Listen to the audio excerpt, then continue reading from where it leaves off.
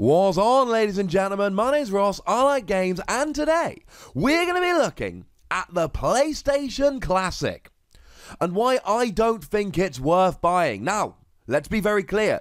I love me some PlayStation. I had an original PlayStation back the year of release. I am a big PlayStation gamer. I love me some PlayStation. This is not me being mean to the PlayStation. This is me saying that this product looks incredibly uninspiring and, not to be too mean about it, a little bit pointless. Now, the press release came out from the PlayStation blog a little while ago, and they boasted how it was the first home console in video game history to ship 100 million units, and that it gave gamers real-time 3D rendered graphics in their own home. All true. And then they said that they are announcing they're bringing it back with a miniaturized version with 20 classic titles, including fan favorites such as Final Fantasy VII, Jumping Flash, R4 Ridge Racer Type 4, Tekken 3, and Wild Arms. And this was the point where many gamers, myself included, went, what? Because when I look at that list, I'm just like, Final Fantasy VII, yes. Although we are getting a HD remake in the not too distant future, and I know some people are going to want to wait for that. Jumping Flash, I'm going to be honest with you, right? I had a PlayStation. I spent hundreds and probably thousands of hours playing my PlayStation. Never played that game. Same thing with Wild Arms. It's an RPG. But what kind of scares me a little bit about this, if you have a look at Wild Arms, and we take a little bit of a quote from the GameSpot review here, they said, every fan of RPG games should at least take a peek at this title. And I gave it 8.6 out of 10. That's a good game. Is it a stone cold classic? No, I don't think so. We've then got Tekken 3 and R4 Ridge Racer Type 4, which again, fine games, and I did have both of these back in the day. I probably still do somewhere. In fact, I definitely still do. And they're decent games, but they're old. We're up to Tekken 7 now, ladies and gentlemen. Tekken 3 is good. Don't get me wrong. Tekken 3 is fine. But it's old. And it's been refined and made into a better game. And there isn't really a community around doing tournaments for this. If you want to play competitive Tekken, you need to go Tekken 7. And then you got R4 Ridge Racer Type 4, a fine racing game back in its day. But it's not really some, oh, we need to play this over any other racing game that's been released more recently. It's just a little bit uninspiring. And that's it, right? They're telling us 20 games, but they're only giving us 5. And I'm sorry, but when I look back to my PlayStation classics, I'll give them Final Fantasy VII, and I'll give them Tekken 3, even though it's old at this stage. But they're not the classic PlayStation games, ladies and gentlemen. I mean, the best PlayStation game, and I don't think there's much argument, but do argue in the comment section if you wish, it's Metal Gear Solid. It's clearly Metal Gear Solid. Well, that's not on here. Castlevania Symphony of the Night. I'm looking at IGN's top 25 PlayStation games list here. It's a list I agree with quite a bit. Castlevania Symphony of the Night, that's a classic. It's not on here. I mean, Gran Turismo 2 is at number 3. That's a racing game that wasn't that. Number 4, Tony Hawk's Pro Skater. Number 5, Resident Evil 2. Where are all of these games? Seriously. It just seems like they're going for the games that they can get agreement to use rather than the games which are actually the best. So I remain uninspired. Now, at this stage, I'm going to give you a huge caveat. If you want a tiny PlayStation that looks awesome sitting next to, underneath, or on top of your telly, yeah, this is awesome. I mean, it's like $100, so, you know. But if you want it for that, yes. All of the yes. But honestly, buy a PlayStation Vita. Or even a PSP if you want, but the Vita's better.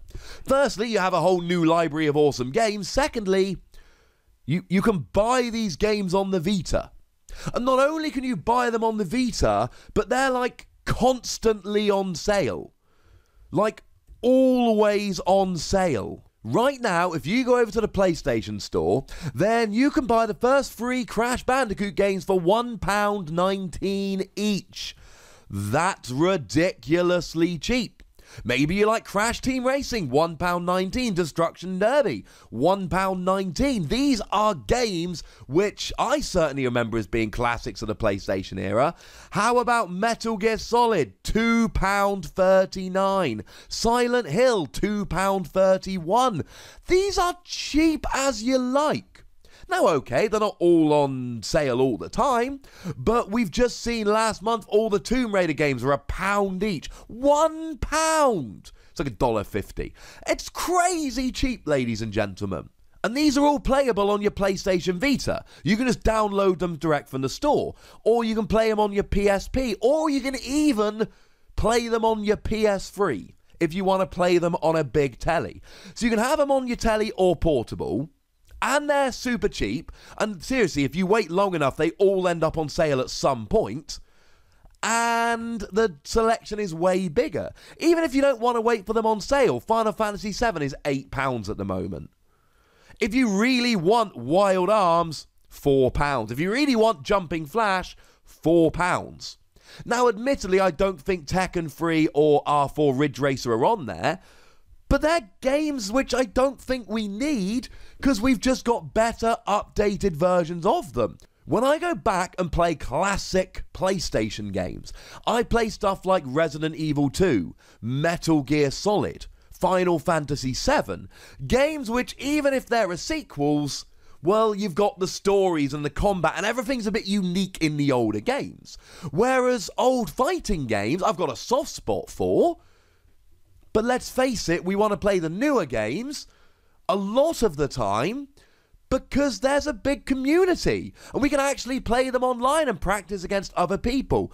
Obviously, Super Smash Bros. Melee is the exception here. There is still a great community around that and it's still widely regarded as the best Smash Bros. Game. If we look at something like the SNES Classic, this is something which was worth buying. And yes, I've shown the European SNES on the screen because that's my SNES, ladies and gentlemen. And they had games like Super Mario World and Super Metroid. And yeah, okay, fine. These games have been released a million different times in a million different versions on a million different consoles. So there are other ways to play them. But these are stone cold classics that even if you look at sequels, don't always hold up, and even if they do, they're vastly different. These are classics. And even the SNES Classic gave us Star Fox 2, which had never been released anywhere else. All we have from the PlayStation Classic at the moment is a list of 5 pretty uninspiring games, with one exception, Final Fantasy VII. Nothing exclusive about them at all. And the option to download them for pennies on 3 different PlayStation consoles. And just to be clear, you can pay one price and then download them onto all 3 of them for that one price, which is a little bit over the top great. I love what Sony have done with their classic library because I use my Vita all the time. I just downloaded Silent Hill and Metal Gear Solid onto it.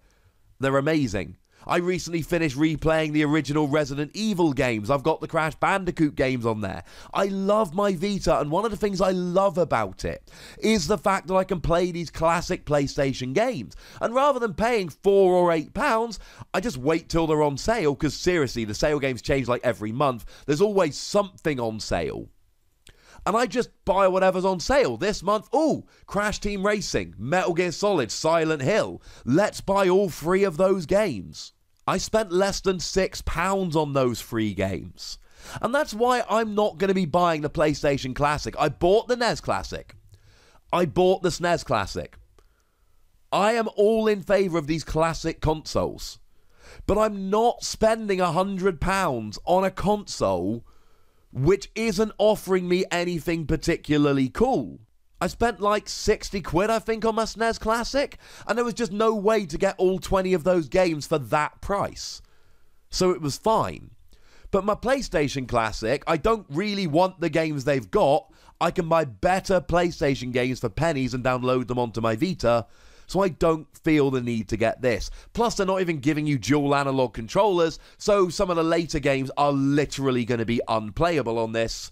Yeah, I'm passing, ladies and gentlemen. But I want to know what you think. Do you think this is a good console? Do you think it's worth buying? Or like me, have you found better ways to experience these classic games? Because I'm sorry, but right now, looking at their lineup of 5 games, it does not represent what the PlayStation was to me when I was a kid playing this. Go nuts in the comment section, but please do remember the rule to be nice, and then make sure you like this video, subscribe to this channel, and follow me on Twitter at the Wossy for some more ramblings. But by far the most important thing as always is to look after yourselves until next time. Thank you very much for watching. My name's Ross, and you've been watching Wossy Plays.